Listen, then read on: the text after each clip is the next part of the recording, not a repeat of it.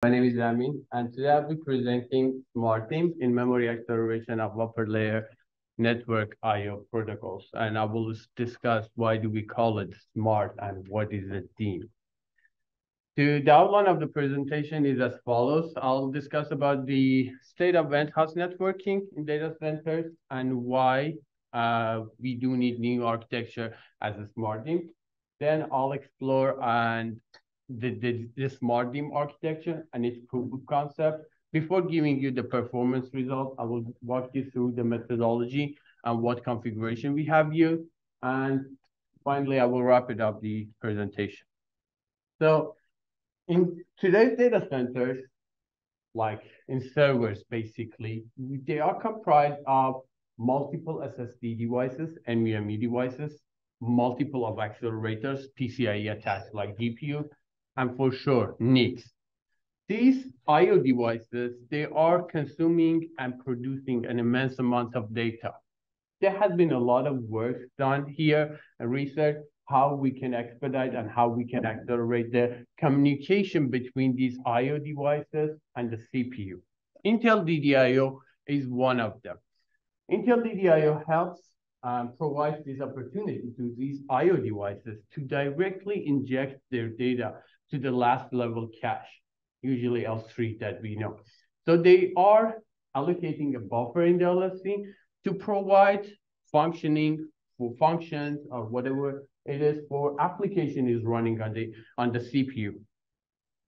So they are sending a lot of data, and the LSC is limited, as you know. And like in today's like data center in server class CPUs, we have like 50 to 60 megabyte of LSC. At the same time, there are some applications that are running on the CPU as well, and they are allocating buffers on the LSC. So the LSC is under a lot of pressure, but actually the CPU is the bottleneck here. Multi-hundred gigabit data center networks are on the horizon. Today's 400 to 800 gigabit NICs, they can cope with, they can keep up with the speed, with this projected 10x net link speed in the upcoming years. But this is not the case for the CPU, because the CPU is limited based on the processing speed and limited cache space. Last level cache in today is one of the most recent AMD EPYC CPUs. It's 1 gigabyte of LSC. These NICs can fill up the entire LSC in less than 8 milliseconds, and this is crazy. The LSCs will be the bottleneck here again. We have these asynchronous network stack in our system. There are a lot of applications that we are dealing with today. These applications, they are becoming more complex. They need more and more function from the network stack. The ULPs are one of them. ULPs, I'm giving you 3 examples of the ULPs. For example, if the application wants to send a packet securely and like encrypted, it needs to run the encryption decryption. Or if we want to use efficiently the link bandwidth, we need to compress or decompress the packet. At the end, when 2 applications at 2 different servers wants to communicate with each other, they need serialization or deserialization to speak with each other. These kind of ULPs, they have been profiled extensively in the recent research papers at like the most prestigious conferences across computer architecture. For example, the serialization at Meta, 6.7% of the CPU cycle are being being allocated to just doing serialization and deserialization. And when I'm talking about 6%, this is huge in the scale of data center. It's not a server. There are thousands of servers there. If we want to encrypt the message, there we need to spend 3.5x more cycles on the same packet. Or for the key services, the most important one is the compression decompression. If you want to use the compression decompression, we need to spend 10 to 50% of cycle for that one. And these are all across these data center fleet at Google and Meta. Okay, the asynchronous ULP processing, how does it make the system like slower? Suppose that you want to watch a movie on Netflix and the frame of the movie has been stored in the storage device, the SSD, the black box over there. So it needs to be first DMA'd. It needs to be copied to the LSC at the beginning. But as I mentioned, LSC is under a lot of contention and it cannot keep the packet for a long time. So the packet will be written back to the memory. Later on, the packet will be read by the application, brings it into the cache, but it needs to copy it from the kernel space to the user space. So there's another buffer allocation here. Again, the packet won't be sent immediately. It will be written back. Later on, it will be read again. It will do the encryption, decryption. It will copy it into another buffer again. But this process, this ping pong data access between the LSC DRAM will happen and happen over and over again. We have profiled it and we have witnessed it. Later on, they applicate the network stack OS will read the packet, like create the IP header, whatever it is, and then send it to the NIC. So here we can see the DIMM or the DRAM. DIMM stands for dual inline memory module, is on the path of these ping pong data accesses. And one might ask that, why don't we just upload these processing encryption to the LSC? And this is what the question that we asked from ourselves, and we published it in this paper, Smart DIMM. This will be shown up at HPCA. So how does it look like? The packet will be DMA to the memory. It will be encrypted inside the memory, and then it will be sent to the NIC. So we have reduced a lot of data movements here and there. Actually, the memory path. We are keep running TCP IP stack on the CPU. This is really important. And we are integrating this with the asynchronous layer software stack that we have. These offloading have been discovered, has been like, they have worked on this to offload these ULPs to different accelerators. The one that I showed you was the baseline, where we are running everything on the CPU. There are some folks at Google, some folks at Intel, they have uploaded the ULP to Intel Quick Assist technology. This is a PCIe accelerated device. But this is not good. That's why Intel, in new generation of their CPU, they have brought the QAT onto the chip. So instead of having an accelerator on the PCIe. Or some folks at Tel Aviv University, they have uploaded the ULP to the NIC itself, autonomous NIC offload. I will explain what are the benefits of each of these approaches. Okay, let's go to the Smart DIMM architecture. Before going to the Smart DIMM architecture, I will want to give you an overview what the DRAM looks like. So we have the host and we have the DDR channel. The DIMM itself, it has two ranks. On the back and the other side of the DIMM.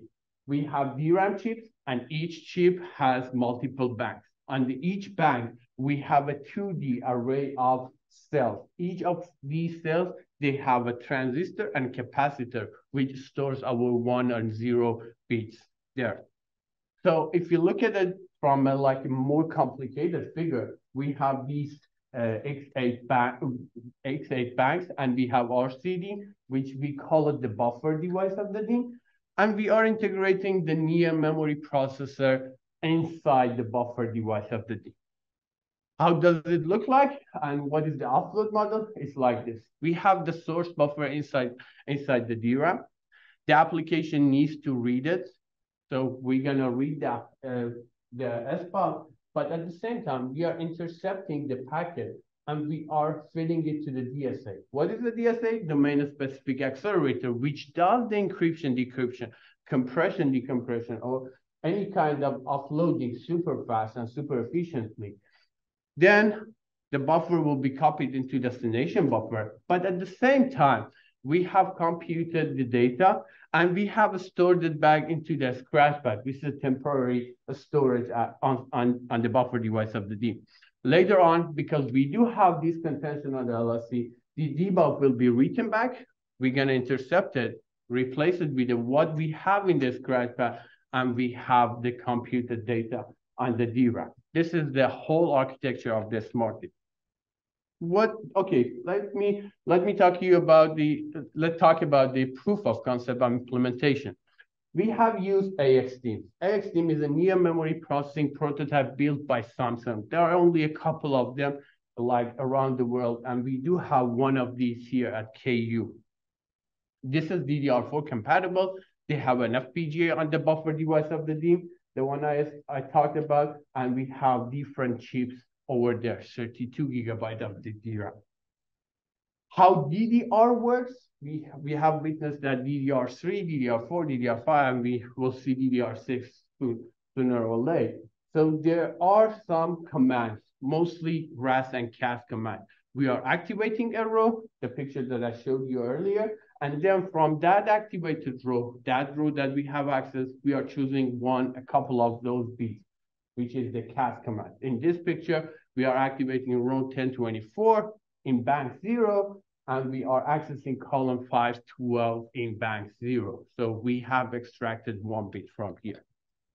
What does it look like? The AXDIMM, that the picture I showed you, the DRAM chips are over there. We have 2 IPs, 2 PHYs, memory interface generator, and DDR5. The host is sending DDR data or command and address, and these 2 files are communicating addresses, data, bank address, RAS or CAS command, chip select. What we're gonna do, we're gonna put the smart DIMM logic just between these 2 files, which can intercept any packet that is being communicated within these 2 files. This is if you zoom in into a smart DIMM logic, that would be a couple of modules here and there. I'm not going to explain all of them, but we have the DSA there. We can program it in Verilog for whatever offloading platform that we want, and we put it there, and the system will work like as I explained. The methodology that we have used, we have 2 servers that they have been equipped with the Intel high-end Intel Xeon CPUs. On each server, we have like 96 GB of memory, and the connection between these 2 servers, we are using the Mellanox NIC BlueField by NVIDIA. These are like latest NICs by the NVIDIA, and the speed is 100 gigabit per second. We have compared the smart DIMM with the CPU, how ULPs are executed on the CPU utilizing the Intel AES-NI. NI stands for new instructions. So on each of these CPUs, we have like a hardware which only does the encryption decryption. We have the Intel QuickAssist PCIe accelerator. We have placed it into one of the PCIe slots. And we have the smart NIC, the one NVIDIA connected smart NIC that we have. But we cannot like execute compression. We cannot offload compression to smart NIC because smart NIC doesn't support non-preserving like computation. I'll basically compression reduce the size. The evaluation results, I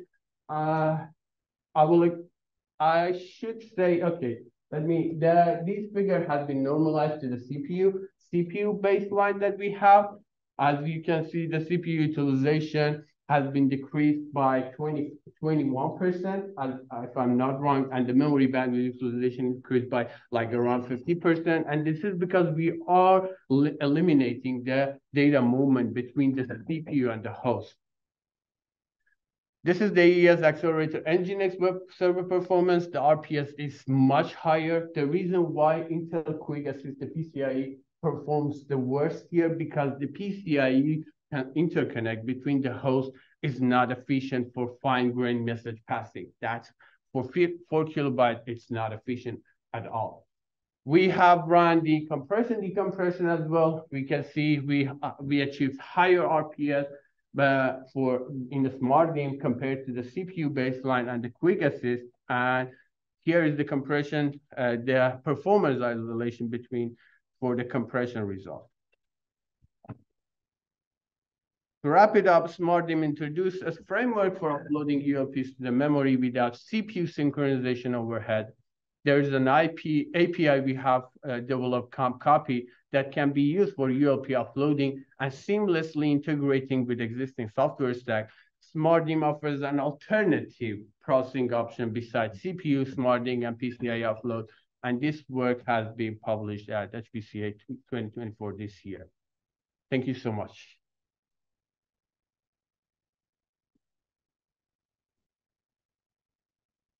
I'll take any questions if you have. Okay. So what do you feel like is the most significant contribution of this? The most significant contribution of this, that we are reducing the memory bandwidth utilization from these ping pong data accesses between the LSC and the DRAM. So usually with offloading to DIMM or near memory processing, we are eliminating that memory bandwidth utilization, because this is really important in data centers. Yeah.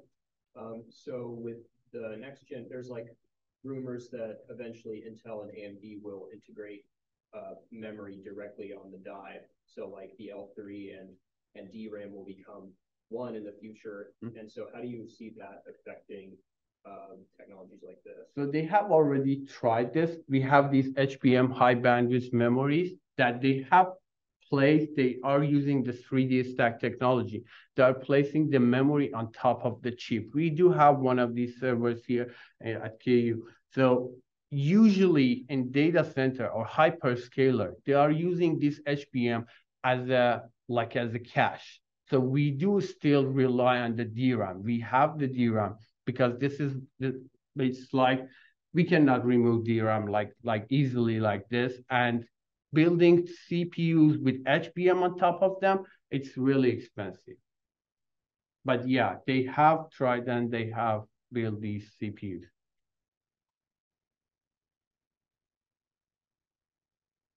Any other question for Amin?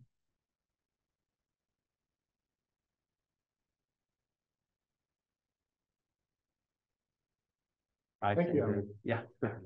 Thank you.